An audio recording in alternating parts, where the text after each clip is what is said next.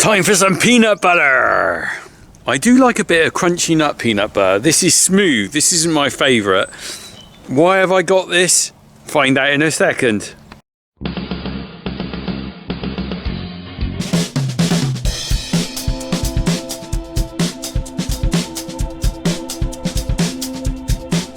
Right, well, I've got a jar of peanut butter out of the kitchen, and the reason for that, let me just put it there, is we're putting it in this cage today. The cage of doom. Let's just take the cage of doom off there. Right. It's a pest cage for catching rodents. Right. Let me tell you this now, right. Ugh! I can still get up. I've still got it. I can still get off my ass. Right. Up there on the silage clamp, there's a flipping bunch of rats up there.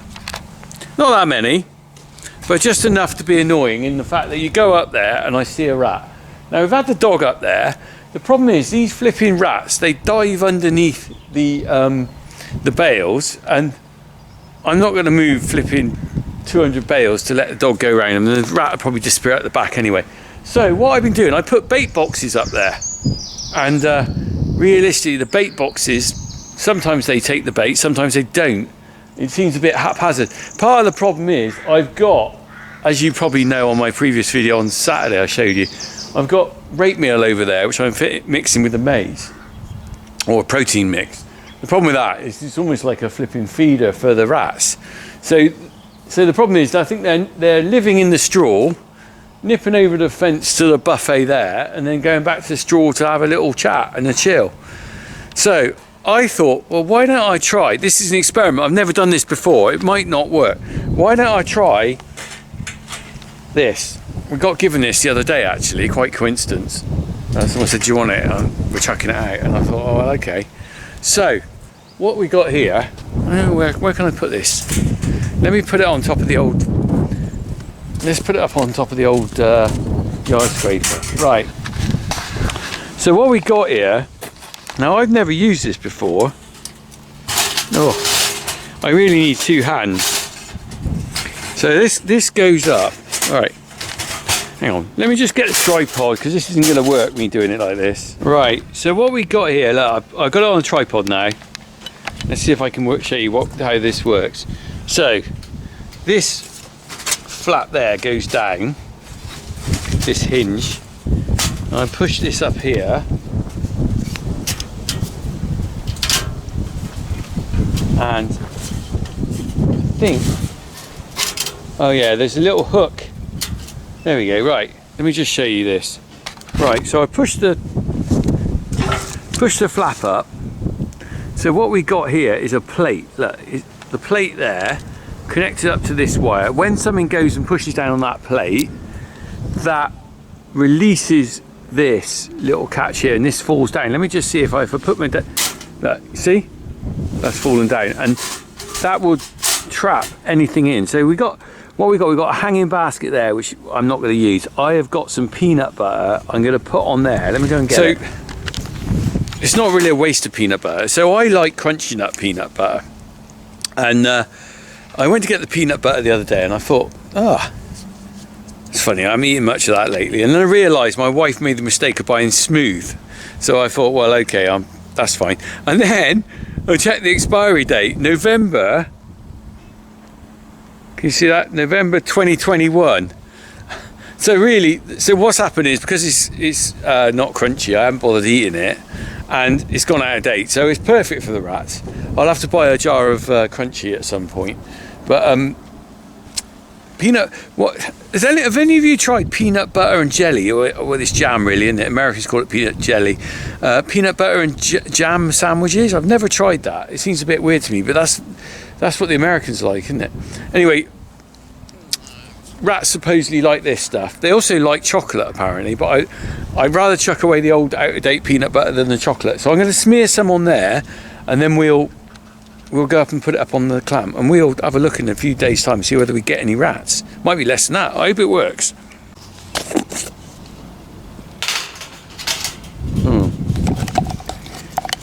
Doesn't look much different. I'm not going to taste it. How much do you reckon I ought to put on there? Fair dollop. Ah!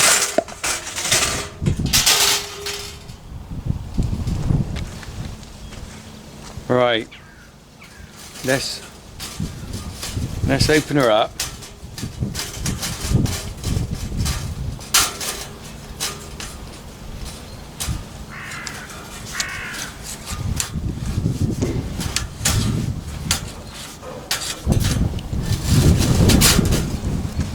There we are. This is a Deliveroo for rats. Let's take this up. I'm going to take this up on the clamp now, and they can. Let's see what it's like in a day or two's time. Yum yum yum, rat food.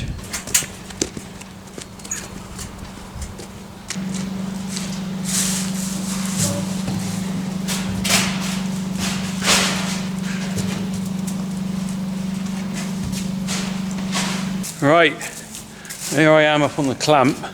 Good view up here. Right, I'm just going to put this down in a minute, but I'll just show you where we got the bait boxes. Look, one here, still got some in it. Still got bait in it, you see. They have eaten some of it. I can see it's a bit light. But you can see they're definitely up here because they're shredding the straw. Can you see? They've been playing around and they've shredded the straw. And every now and then, can you see a hole, like that hole there in the bale? So I think they're around here somewhere. There's a hole kind of there. They're sort of, and look, there's another shredded bale here, look.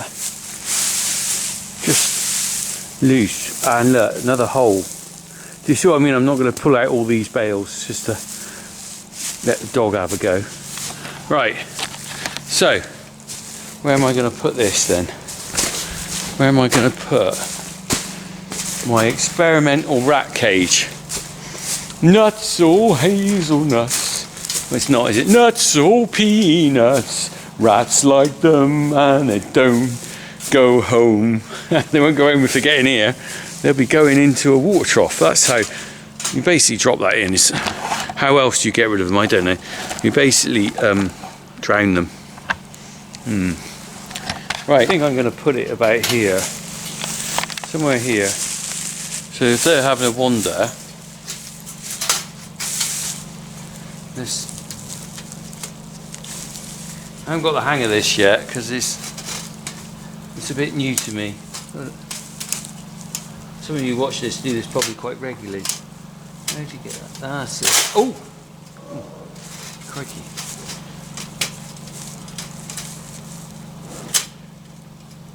Right. Okay, that's that. Let's have a look. So, Mr. Ratty goes num num num num num num num there on there. Bash. And he's stuck in there. I'm going to just leave it like that. I'm sure that'll attract them. And the hole is just over there, look. Look. Go for a walk. Right. I'm going to leave that there. And I'm going to be looking on that.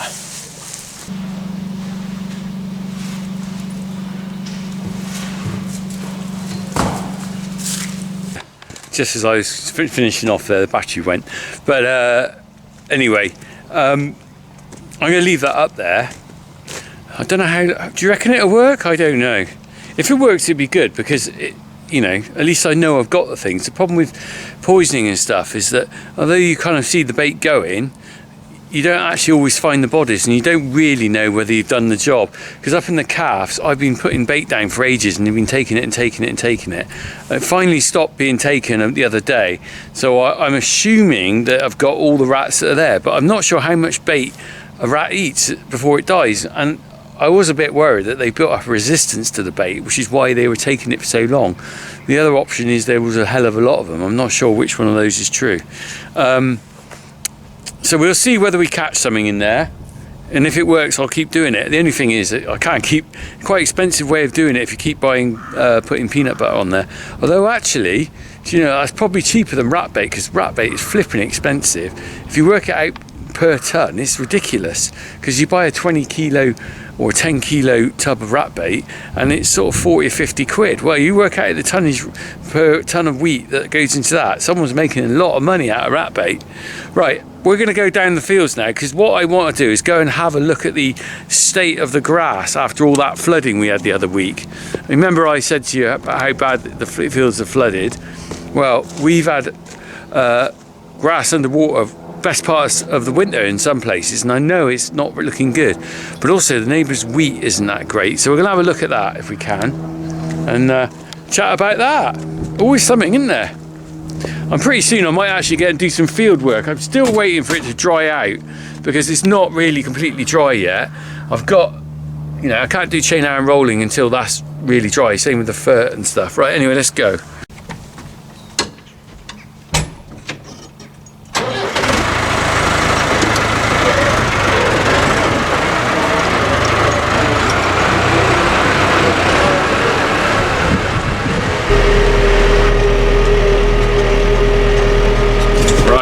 I'm just stopping here. I won't get out just yet because actually the wind's blowing, you might not be able to hear very well. This is the boundary between myself and Reg's. Reg's over this side has got his wheat, I've got my grass this side. The rain, the water we've had in this area, we're used to flooding down here, don't get me wrong, it floods quite regularly, but this winter, particularly from January, February time, just extreme amount of water on the surface of the ground. Primarily because the ground just couldn't take it. It just had so much rainfall over it from November onwards that it was at saturation point. So even though it might stop raining for a couple of days, as soon as it started raining again, the floods came out. Now, I've never experienced it like that before, and I've been told it was, I think, the wettest February since about 1840 or something, and some parts of the south, anyway, have had double the rainfall they normally have for February. I mean, even when we had the snow, I know a lot of you didn't have snow. We had snow the other weekend.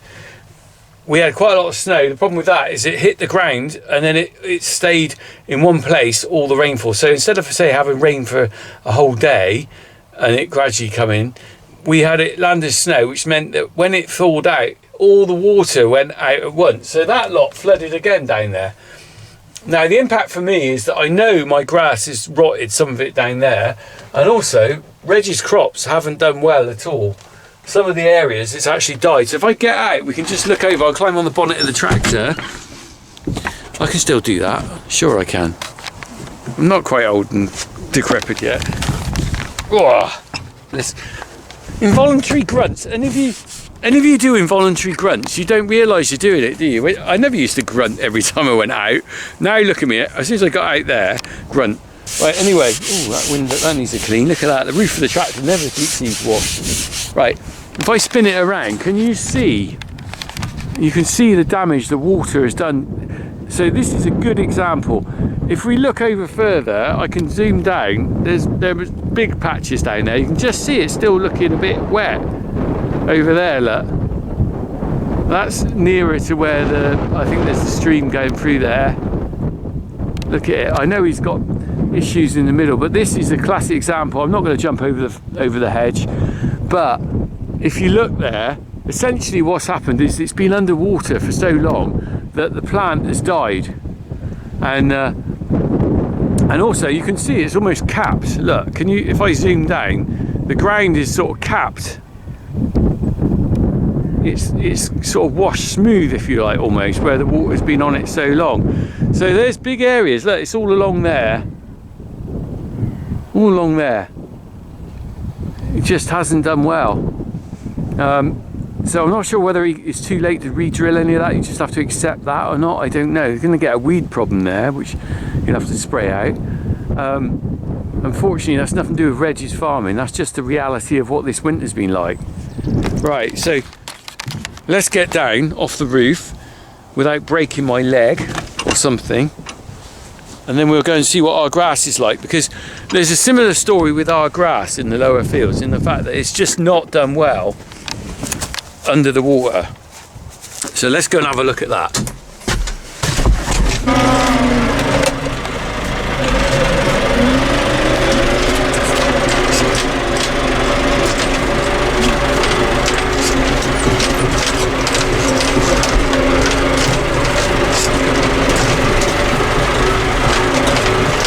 on the ground here now, look. This is why I haven't been out rolling yet and stuff, because I'm going to make more mess.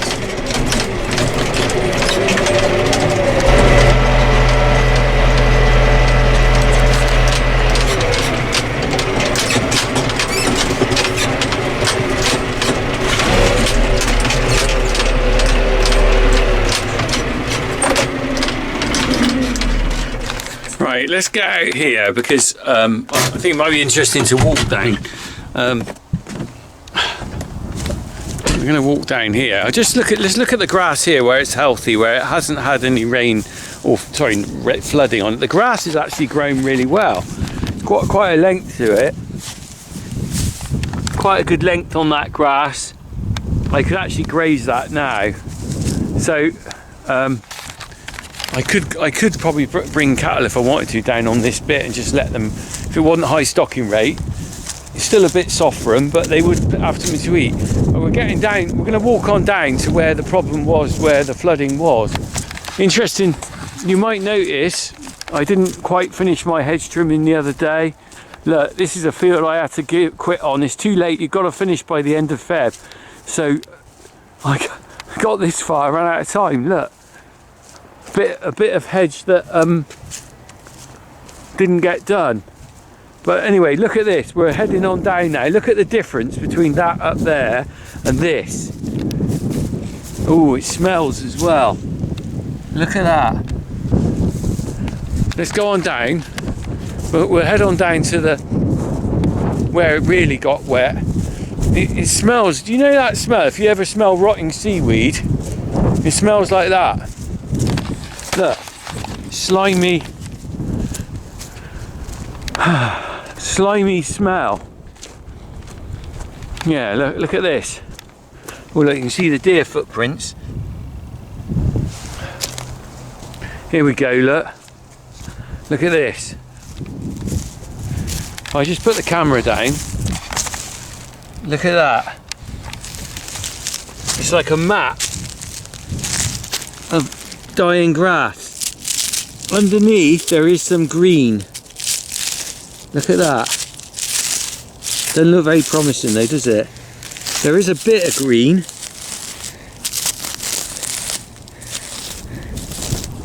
I'm hoping that'll recover. It's like a cap. Look at it. Look at that. Let's have a look. We'll just walk on out in the field. It's a little bit. Oh, hang on. Yeah, it smells like rotting seaweed. It's a bit crunchy. When I'm walking on it, it's a bit crunchy. And we're gonna have a look. Look, there's quite a track of it here. This is where the water just hung for so long. Look at it. Can you see that? There's actually not a lot of grass there. Look at that. Look at it. Just walk along there with my camera. Look at that.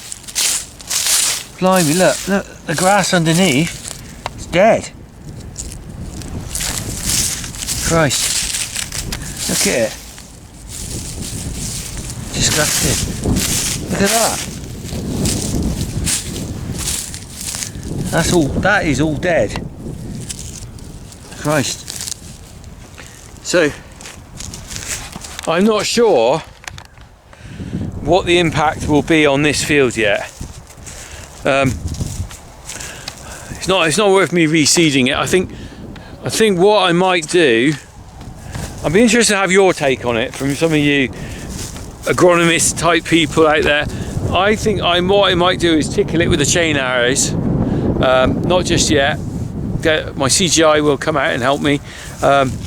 Tickle it with the chain arrows and see where we go with that, because quite likely it will recover. I don't know. There's a lot of buttercup out here as well, a bit too much buttercup. Might need a bit of spraying or something. Look, this is the only reason that branch there is there, because that's been washed out from the side by all the water. Look, Can you see that?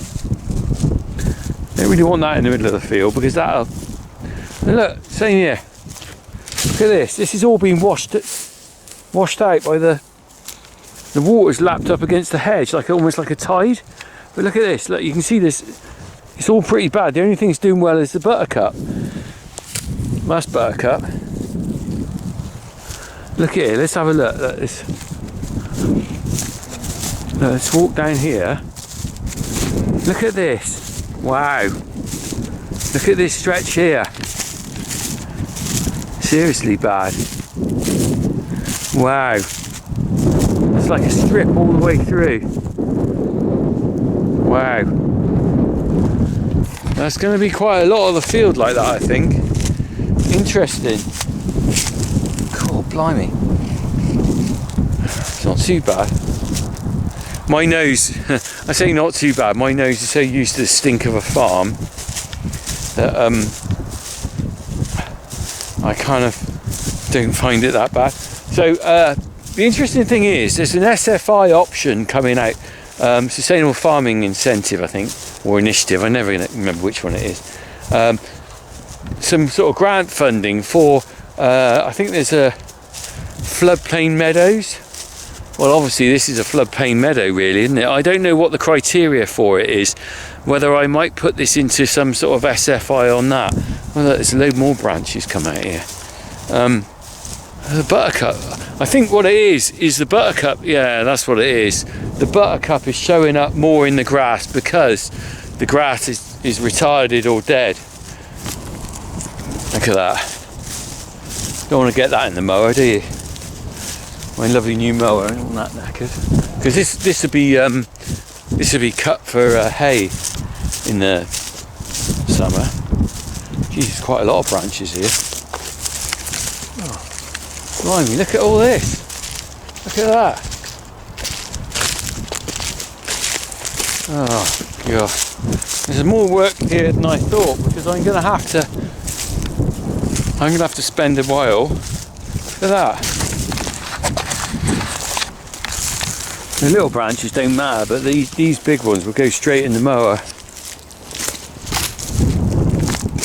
Look at that. You won't put that in the hay, do you? Oh, flipping heck. Surprising what floats down, isn't it? Look at that. Let's have a look at that. I'll just have a look over here. So, I've said to you before, the problem is they don't bother cleaning out the brooks or anything anymore. You can see there's branches and stuff in there. No one's cleaned that out in donkey's years. It's flowing alright, but when it gets heavy there's not enough freedom of movement in there. Look, there's a mini dam there, sort of thing. I haven't got the equipment or the money to clean all this out. Oh, there's a fencing stake there. Where did that come from? Look. Oh dear. Anyway, I don't know how well you can see this on your screen. I'm living it. I can see it. Not sure how well you can see it.